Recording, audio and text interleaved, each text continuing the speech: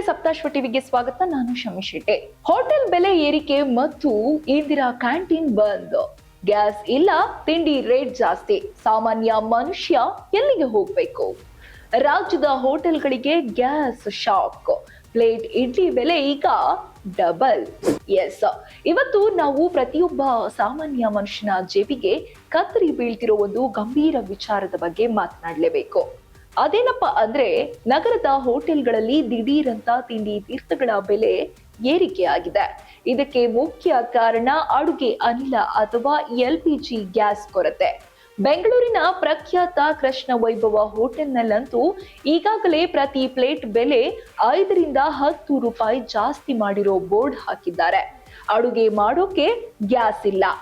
ಹಾಗಾದ್ರೆ ಹೋಟೆಲ್ ನಡೆಸೋದಾದ್ರೂ ಹೇಗೆ ಅನ್ನೋ ಪ್ರಶ್ನೆ ಮಾಲೀಕರದ್ದಾಗಿದೆ. ಗ್ಯಾಸ್ ಸಪ್ಲೈ ಸರಿಯಾಗದಿದ್ರೆ ಮುಂದಿನ ದಿನಗಳಲ್ಲಿ ಹೋಟೆಲ್ಗಳನ್ನೇ ಬಂದ್ ಮಾಡೋ ಪರಿಸ್ಥಿತಿ ಬಂದ್ರೂ ಅಚ್ಚರಿ ಇಲ್ಲ.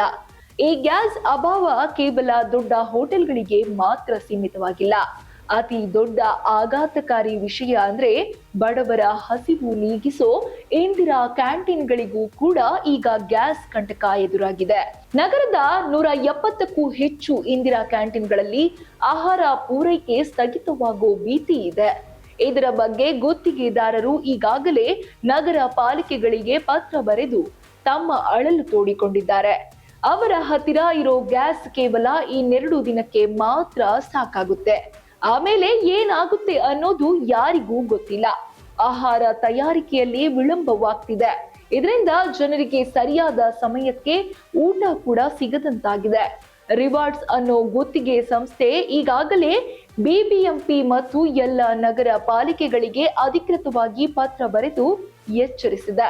ಗ್ಯಾಸ್ ಇಲ್ಲದೆ ಆಹಾರ ತಯಾರು ಮಾಡೋದು ಅಸಾಧ್ಯವಾಗ್ತಿದೆ.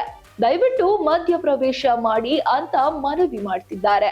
ಒಂದು ಕಡೆ ಗ್ಯಾಸ್ ಬೆಲೆ ಜಾಸ್ತಿ, ಇನ್ನೊಂದು ಕಡೆ ಗ್ಯಾಸ್ ಸಿಗುತ್ತಿಲ್ಲ.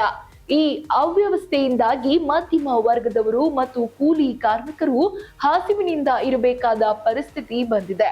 ಹೋಟೆಲ್ ಉದ್ಯಮವನ್ನೇ ನಂಬಿರೋ ಲಕ್ಷಾಂತರ ಕಾರ್ಮಿಕರ ಬದುಕು ಈಗ ಸಂಕಷ್ಟದಲ್ಲಿದೆ. ಗ್ರೇಟರ್ ಬೆಂಗಳೂರು ಪ್ರಾಧಿಕಾರ ಈಗ ಏನೋ ಪರ್ಯಾಯ ವ್ಯವಸ್ಥೆ ಮಾಡ್ತೀವಿ ಅಂತ ಭರವಸೆ ಕೊಟ್ಟಿದೆ.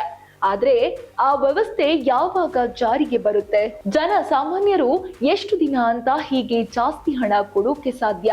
ಸರ್ಕಾರ ಮತ್ತು ಅಧಿಕಾರಿಗಳು ಕೂಡಲೇ ಈ ಬಗ್ಗೆ ಕ್ರಮ ತೆಗೆದುಕೊಳ್ಳಬೇಕು. ಈ ಗ್ಯಾಸ್ ಕೊರತೆ ಹೀಗೆ ಮುಂದುವರೆದ್ರೆ ಅದು ಕೇವಲ ಹೋಟೆಲ್ ಬಿಲ್ ಮಾತ್ರವಲ್ಲ, ಪ್ರತಿಯೊಬ್ಬರ ಜೀವನದ ಬಜೆಟ್ ಮೇಲೆ ಕೆಟ್ಟ ಪರಿಣಾಮ ಬೀರುತ್ತೆ. ಅಧಿಕಾರಿಗಳೇ ಎಚ್ಚೆತ್ತುಕೊಳ್ಳಿ. ಜನಸಾಮಾನ್ಯರ ಹೊಟ್ಟೆ ಮೇಲೆ ಹೊಡೆಯಬೇಡಿ ಅನ್ನೋದೇ ನಮ್ಮ ವಿನಂತಿ. ಇದು ಈ ಹೊತ್ತಿನ ವಿಶೇಷ. ಇನ್ನಷ್ಟು ಸುದ್ದಿಗಳಿಗಾಗಿ ನೋಡ್ತಾ ಇರಿ ಸಪ್ತಾಶ್ವ ಟಿವಿ.